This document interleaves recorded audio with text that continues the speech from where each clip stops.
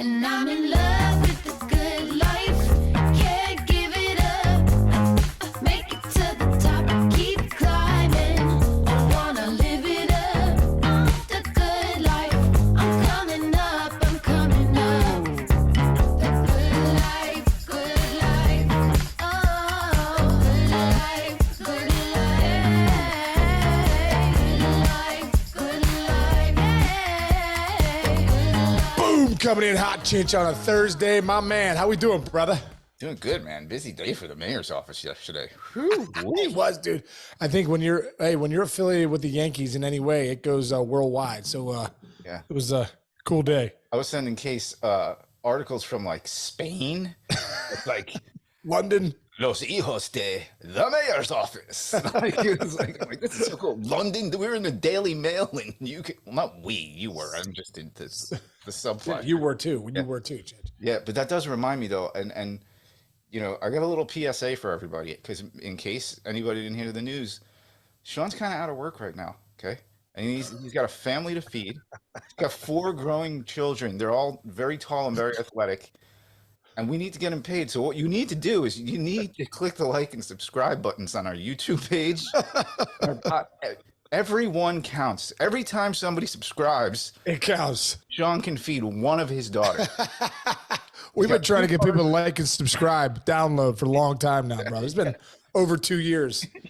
Yeah, anyway, but you got Slow burn. It's a slow burn, Chinch. There's another reason why you need some money coming up in the next week or two, isn't there? I know. I'm getting married November 11th. I know. Because you asked me what I'm doing today. I'm like, the caterers are coming over today at like 10 o'clock to taste test some food. So I don't usually eat this early, but I'm gonna have to like kind of like get in there. Do you have an options already? Like, did you pick out the hors d'oeuvres that you're going to try, or they're just going to give you little stuff and you're going to pick them? We picked out some stuff, and I think they're going to bring it over today, and then really finalize the menu and stuff. And Sarah's running around the house, getting the house, like we got the mayor's office done. Yeah. We redid this living room over here while we were in New York, so it kind of worked out nice. You come back, you're like, oh, this place is looking great.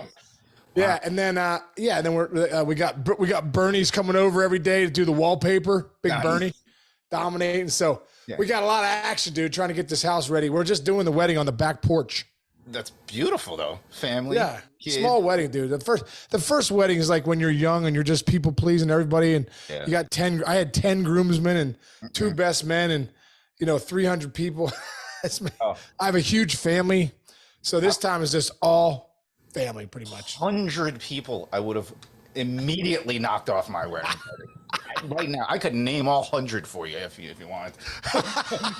I'm not going to. By the way, dude, the tasting thing, I got to go back. One of the greatest days of my life was when me, Jess, my mom, and her mom went to do the tasting at the Garden City Hotel. You were there. Oh yeah, he was there. Yeah, Food. We ate so much, but we also drank so much. Like, they just kept handing us wine and wine and wine. The 4 of us were bombed. We had to like sit in a car for like a half an hour so somebody could sober up and drive us home. But that was like that was one of my top 5 memories from like wedding planning. that's great. Yeah. Day drinking with the mother-in-law and the future wife by accident. By accident. Yeah. Hey, so we got to obviously handicap the World Series. You're locked in. You know all the teams, and you played against both teams. Did you guys play? No, we didn't play against Texas, but played against Arizona down the stretch. Right. Okay. Wait. Oh, super quick. Remember yesterday I told you that Chris Russo said he'd retire. Yeah. So do you know what happened here? So he showed up for work yesterday, obviously, and on all of his shows he just got lambasted. Like Alana Rizzo killed him, Stephen A. killed him. This guy, the dude from the Michael K show, absolutely destroyed him. Like he should retire. Like he took it very seriously. Here's what Russo's doing, though. Russo went on Howard Stern yesterday morning. He did? Stern was like, "We got to get you out of this mess," kind of thing. And so, what Russo agreed to do is, and this is obviously the Stern show came up with this. He's got to walk the streets of Manhattan in a D-backs thong. In a D-backs thong with like a sign saying like, "I'm a moron, I'm sorry," or something. Come on. He agreed to it, and he's going to do it in a thong. Wait, is that what? Did you see Torey Lovello like called him out too? That was that was Called out the Mad Dog. He's like, all right, Mad Dog, and he's like, listen, I'm sick and tired of you and Stephen A. Smith always going back on your promises here. so cool. So cool. That was Dude, great. Torey's the best, dude. Torey's like one of the funniest guys, stealth, great personality. Here's a quick story. Torey had asked me to be the hitting coach for the Diamondbacks a couple years ago. And I just it wasn't in the cards for me at the time, like I said, because a lot of because of my kids at home. Sure. And Torey was like, Case, promise me when you get back in the game. He said, promise me you get back. I'll be the first call you make. I was like, Torey, I promise. I pulled a Mad Dog Russo on him. The Yankees are playing the Diamondbacks at the end of the year, and I kind of, I did remember the conversation, but not right away. So I was over towards their dugout, and Torey's like 15 feet from me, just staring at me, like mean mugging me, like.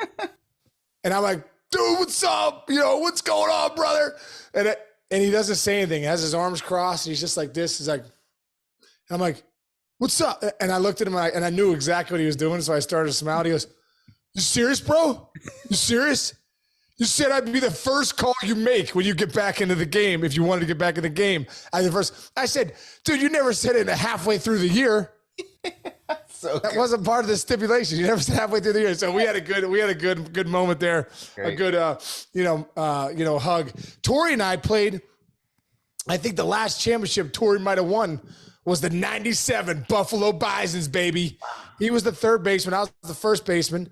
And I always knew he'd be a manager, man. Just one of the smartest baseball minds, that I'd ever been around. And it was just really cool playing with him.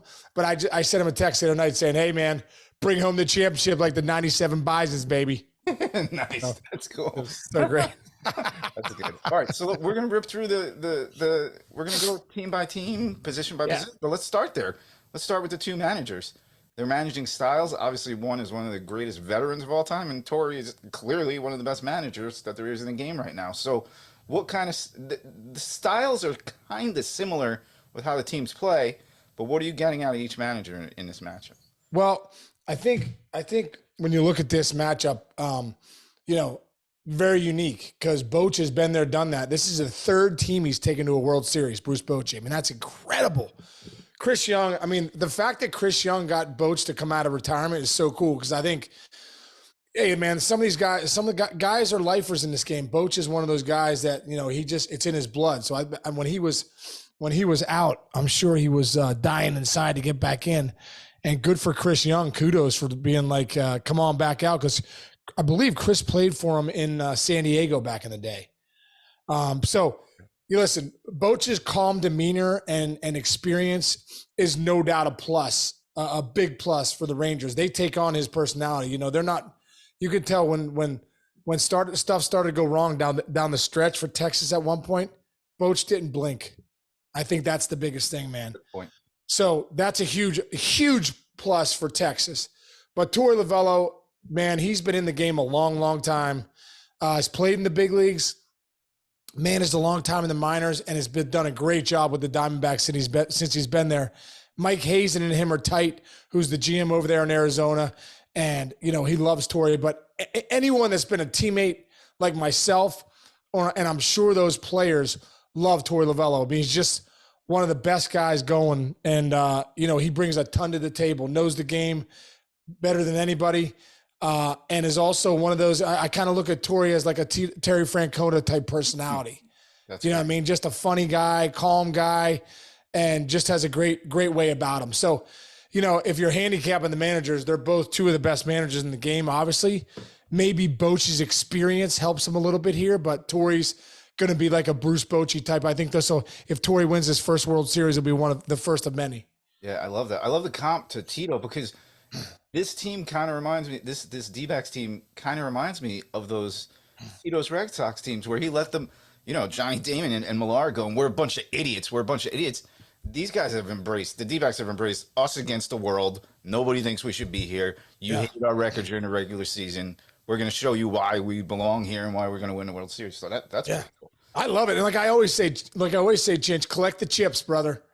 Collect the chips. So whatever it takes for you to make a run, whatever it takes for you to be a great player, whatever it takes for you to be great in that profession, if you're able to compartmentalize that and get into character with those chips so that you do believe it's you against the world, and then win a world championship and look back and say that was the driving force. Yeah, that's good. That's Cool. good. All right, so let's go to the managers on the field. The catching game. You got is it Haim or Heim? I always screw. Heim. Heim. And Moreno, two guys that got there from two different types of career situations. Obviously, like Heim he's on his fourth organization and it's clicking with him.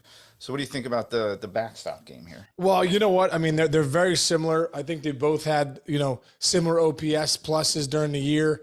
I think Gabriel Moreno, I think Heim obviously has been huge. In the first half of the year, he's the best catcher in baseball. I believe he's an all-star. You were compared him to Adley Rutschman. I think he hurt his wrist in the second half, was kind of up and down, but he's had a nice postseason, swinging the bat well. They're both great defensively behind the dish. I think Gabriel Moreno is really coming into his own. He was the number one prospect for the Blue Jays. People don't, if you don't know how this team was constructed, Lourdes Gurriel and Gabriel Moreno were traded in the offseason for Varsho. For Dalton Varsho from the Blue Jays. Those two guys have been huge pieces of this Diamondbacks team, huge pieces. I mean, Gurriel had a monster year. I think he hit almost 30 home runs, drove in 80 plus runs, hit almost 300. And Moreno's turning into going to be a star. I mean, I wonder, looking back, if the Blue Jays are like, oops, we might have missed on this one, because Moreno looks like he's gonna be a stud behind the dish, and you win up the middle. So I think right now, Chance, Moreno takes the edge a little bit against Heim. Interesting. All right, let's move to first base. I'm going to read the sentence to you that's written in this very nice MLB.com article. First base. Walker is the best defensive first baseman in baseball by a lot. Have you seen that? Do you think that? Is he that? Yeah, and they usually go by. I mean, that's like Statcasty statistical. No, he is. But go ahead. He is, and I love what Donnie Baseball used to say. Listen, a lot of times, if you can hit or you can't hit, but defensively, anyone can get better defensively. And Christian Walker, when he first came into baseball, was a below average defender and probably an average hitter. He's made himself an above average hitter and the best defender in baseball at the first base position. So, this guy driven over 100 runs, hit about 260, hit 30 bombs. He had a great year. Now, Nathaniel Lowe is legit too. So they're both good players, but the edge goes to Christian Walker here, in my opinion. Yeah. Okay, that's good. All right, second base. This is like Tyson Holyfield here to me in this series. Yeah. Marte, Simeon. Wow. Well, you know what's funny? that got you. That one got you. You know what's funny? I mean, Simeon's is going to be back in the in the MVP talks for the American League. Mm-hmm. It'll be Simeon, Seager, and Ohtani probably. Mm-hmm. But I got to go with Ketel Marte here. I mean, 16-game postseason hitting streak. He's only played 16 game. He's only played in 6 postseason games. Yes, and just comes up with big hit after big hit after big hit. Right now, Marte for me takes the edge. But I guess what? I'm going to say it right now. Marcus Semien is going to have a huge World Series. He is going to be a huge factor in this World Series, whether they win or lose. Marcus Semien is going to make his mark in this World Series. I really believe that. But I believe going into it, Ketel Marte has a little bit of an edge. Yeah, that's a good one. That's a good one. All right. I never thought the first 3 guys we'd rattle off Diamondbacks. How about that? Great point. Great. Yeah. Point there. All right, shortstop. I think you're probably going to go Rangers here, right? You got Steve. I think we got to. I think. Listen, Perdomo's had a nice postseason. He had a all-star year, but Corey Seager's outside of Ohtani being Ohtani. Corey Seager's the guy on the other end that should win the MVP. Yeah. I mean, this year, this guy is the real deal. When you talk about stars come out in the postseason, Seager has come out huge in the post. You can even go back to the Dodgers 2020. Yeah. I believe he was the World Series MVP or the NLCS MVP. This guy is an absolute star. So the edge definitely goes to the Rangers at shortstop with Corey Seager because of the year he's having, and he's only getting better. One thing I'll add about him is he looks like one of those guys where his heartbeat never goes. Yeah, he does. Far. You know what I mean? Yeah, celebrates. He's first of all, he's a very funny guy. You don't hear him in too many interviews, but he's a really funny guy. But he's just like got that even temperament, and he's a shortstop, and he hits bombs. This postseason, 333 and in 45 at bats with 3 homers and 6 ribbies going through this. So, I mean, Did you see the other night on Ballpark Cam when they clinched? Seager just kind of went like this. everyone's it's mayhem. Everyone's jumping around.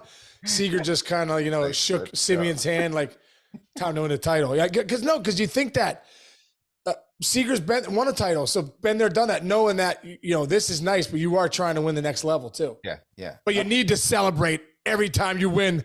If you could pop champagne in that clubhouse, you better celebrate. I actually remember Mark McGwire, like in his prime, saying like one of his biggest regrets in baseball was the one year that remember those A's teams, dude. Yeah. They were all eating, they were grazing in the outfield, a lot of those players. Yeah. But they were all huge and they were dominant.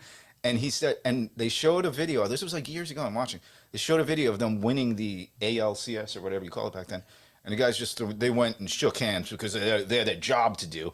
And then they got their butts kicked by the Reds. Oh, that's right. They got swept. They got back after that or something like that. Anyway, but McGwire said that was the dumbest thing ever. Like, we're too cool to celebrate. You should always celebrate, right? Always celebrate, dude. It's so hard to get to the postseason. Yeah. And then when you get there, you celebrate I don't care when you clinch, you celebrate. Wild card, if you're there, celebrate. Division series, celebrate. Championship, World Series, you celebrate. I remember when I was with the Tigers in 06, his first time getting a chance to celebrate, popping the champagne was incredible. Then I remember in 08 being with the Red Sox and having that thought in my mind of, we just won the wild card, we're celebrate. You won the division series, we celebrate. And and then we lost Game 7 of the ALCS, so you don't get to celebrate again. So yeah, always celebrate. Good public service announcement. Yeah. All right, third base is a little different kind of thing. Arizona kind of like mixes and matches. It is amazing. I love that Evan Longoria is going to the World Series again, dude. What has it been? What is it? It's 2023. The last time he was in the World Series was 2008. 2008. How crazy is that in between Yeah. trips? Yeah. So if anything he brings, no matter what he does on the field, I'm pretty sure in that locker room he's like all the things you just said about celebrating and enjoying the ride and knowing what you have right now. That guy, he's probably more valuable inside the clubhouse than he kind of is on the field right now because he's struggling a little. And they got Rivera kind of mixing and matching with him. On the flip side, it's Jung. So. Yeah. Josh Young is no doubt better than, it takes the cake here because his bat can beat you. But, having Longo's experience is good in there. He had a couple big hits, I believe, in the last series, big double he hit. But it is good to see Longo back in the World Series. Maybe it was 08 his last World Series. Did the Rays go one other time with him? I don't know. I think that was. He wasn't there a couple years ago. No, he wasn't there because he went to the Giants. Oh, he was with the Giants. That's right. Yeah, so 08. I didn't realize how much money the Giants paid him. God bless that man. He made a ton of money. He's making like hey, Chich, that's the thing though, bro. You think Longo was a rookie in 08 because I remember I played against him a lot. That was my last year, and he was a rookie, and I was like, man, this kid's going to be a good player. Yeah. And so look at that. 2008, gets to the World Series. You think you're going to be there every year. It's just not that easy to get there all the time. Yeah. No, you know what you're thinking, dude. You're thinking about that wild card Wednesday night, man. When they got into the postseason, that was one of the greatest nights ever. That was like 2011. 2011. Yeah. Yeah. But that was that was one of the greatest nights, last day, greatest 2 hours in baseball history. Dude, I produced a show, man. Tony Patini looked down at me. He goes, "Don't worry about commercial breaks anymore." And we had 3 hours left of the show, and I was like, "Let's go." That's what he said. No way. Yeah. I'm sure that's not good. I'm sure nobody likes to hear that. But all right. Left field, okay? Texas, they've had, Evan Carter. Let's just talk about Evan Carter a little bit because he wasn't there in the beginning of the season. Evan Carter's a stud, man. He was their number one prospect. Yeah, they kind of needed him in September. They had a couple injuries. They brought him up. Turns out, wow, this kid's a stud, as advertised. Incredible plate discipline. Works in a bat as good as anyone in the big leagues, and has just come up with big hit after big hit. He's here to stay. So he's legit. And then, if you're talking about left field, Lourdes Gurriel had an unbelievable year this year. And he's had an okay postseason. Yeah. Which Carter's had an incredible postseason. Yeah. But Gurriel did have a monster year. But I'm going to give the edge to Carter here. Yeah. I just feel like Carter's at bats this whole postseason have just been big in every series. Mm-hmm. You know, when you see the Rangers doing something, Carter's in the middle of it every time. Every time they win, he's in the middle of it. Yeah, you know, you're gonna love this one. Do you know they had been platooning him with Robbie Grossman, Evan Carter. You love platoons. Yeah. Oh God. Against lefties, but guess what? D-backs don't have any lefties, so you don't even have to worry about that argument for starting pitching. But you're not like, why even bother pinch hitting for Evan Carter in the 7th inning if a lefty comes in? I guess. No, I mean, Boch is just giving respect to Grossman is what he's doing. Yeah. But come on, Boch, stop it. Carter's the better player, and do not take him out of the lineup. Yeah. All right. Center field this is a kind of tough one, I guess. You got Thomas and you got Tavares. I'm looking at a lot of outs above average stats here, OP pluses, and I think Tavares, his bat's better. Yeah. Thomas and him they're close defensively in center, but Tavares' bat's got some thunder in there.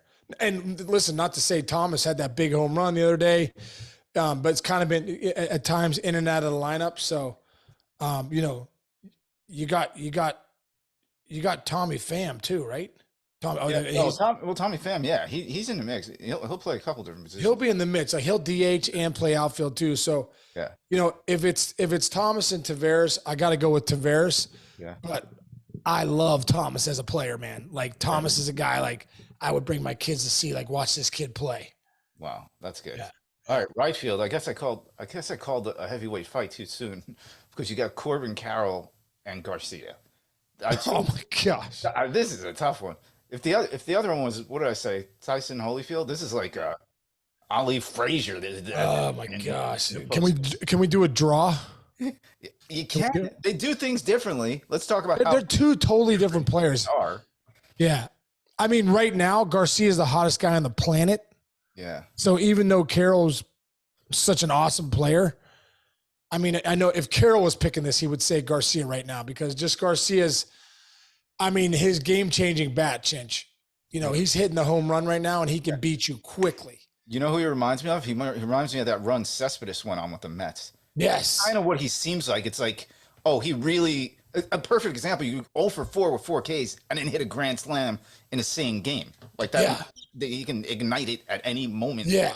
I just think Garcia is just a game-changing bat right now. The way he swings the bat, the way he's even running the bases, you know, I just think for me, not only his power, but just you know, putting the bat to ball, big singles, big doubles, tough out right now.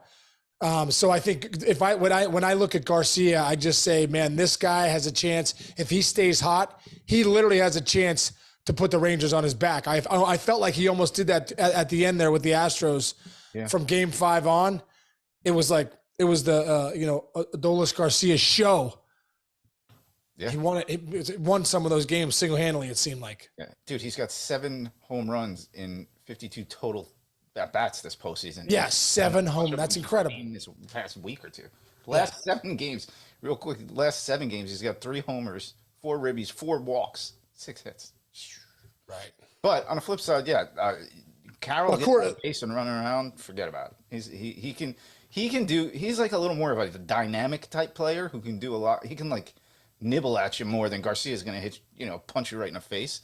But I think Carroll can manipulate a game in a couple of different ways, right? Yeah, Carroll's like, you know, he can get on base, work a tough at bat. You know, he's got big time power too. You know, he could go deep on you. If he gets on that single, that walk, that single's a double, triple. He's going to steal second, steal third. He's a great base runner. He's going to play a good outfield. So, you know, they're totally different players, but Corbin Carroll is obviously one of the best players in the game. And I really believe still to this day, as he goes, that lineup goes. Yeah. I'll also add, he's got that chill heart rate type thing going for him too. Every once in a while. No, he's really chill. Yeah, it was very cool. All right, let's just do it this way. Overall, big thing. Starting pitching, bullpen. It's just advantage of who over whom. Well, also, hang on, Mitch Garver and Tommy Pham. Let's talk about them real quick. Yeah, just saying they're talking about their DHs, but they're both really good players. Mitch Garver's bat has been huge, and Tommy Pham has too, man. Tommy Pham has what a great. I mean, I think everything Mike Hazen touched. The trades that he made, he brought in Pham, he brought in a ton of guys in that bullpen. In the offseason, brought in Gurriel and Moreno. I mean, you got to give Hazen some credit for doing what he did to put this team together. So those guys right there, I think they match up well. They're pretty similar right-handed hitters.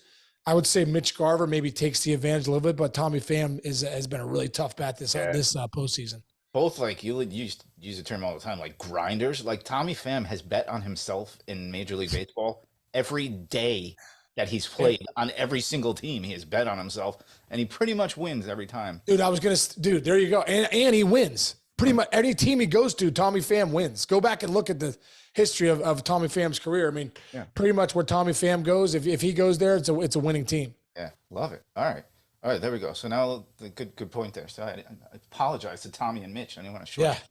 Yeah. All right, starting pitching overall. What do you got?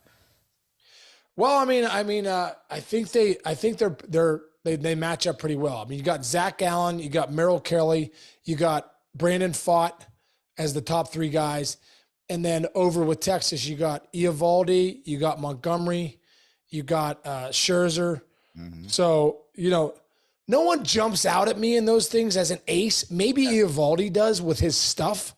Yeah, you don't have a Randy Johnson in There's no like clear cut number one. Yeah, like a Verlander or something like that. Right. But I think Eovaldi maybe goes into that category. But they're all, you don't get to the World Series without having three legit starters that can get you there. And Brandon Pfaadt's become, one of those guys. I think everyone was looking at the Diamondbacks going, who's going to sit in that number 3 hole? Who's going to, they don't have a number 3. Right. And then Brandon Pfaadt has always had the stuff. And I think in the second half and into the postseason, he's really become a different pitcher. So he's become a huge advantage in that rotation for the D-backs. Yeah. And then, dude, let's talk about the bullpens. I don't know. The D-backs would not be in this World Series without their bullpen in the last series. That's for darn sure. So I'll just start with my favorite guy right now is Ginkel. Kevin Ginkel is nasty. Whenever he comes out, I love him. And he hits every corner. He hits every corner with his fastball. It's like in and out, pretty nasty. What else? No, it really does. It really does. Well, Ginkel's nasty. Ryan Thompson's been nasty. And, having faced these guys, Paul Sewald's nasty too. So, that's a great back end of the pen. And then, Leclerc's obviously closing and Chapman and a couple of the other guys in the back end of the pen of the Rangers. Yeah. It's funny because I think both these teams, their Achilles heels was their bullpen for a while during the seasons. And looks like since the Diamondbacks have made some of those trades and revamped their bullpen, it's become a strength for them. And the Rangers bullpen, which coming into this postseason we thought would be their weakness, has turned out to be a strength in the postseason. So I think at the end of the day, Change, it could come down to these bullpens to see which one can lock the other team down. I like it. Good job. Hey, did you see the other night when Chapman hit McCormick in the thigh, the back of his? Oh, it was like back of the knee, thigh. Yeah, 104 miles per hour. Can you imagine? Yeah.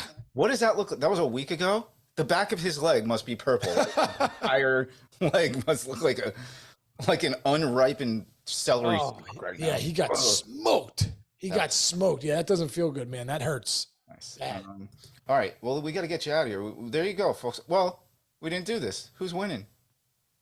You know what? I've been going against the Diamondbacks the whole postseason. I'm going with the Diamondbacks. Diamondbacks in 7. 7. Diamondbacks in 7. We might as well see another game 7, dude. Let's go. Who do you got, Chinch?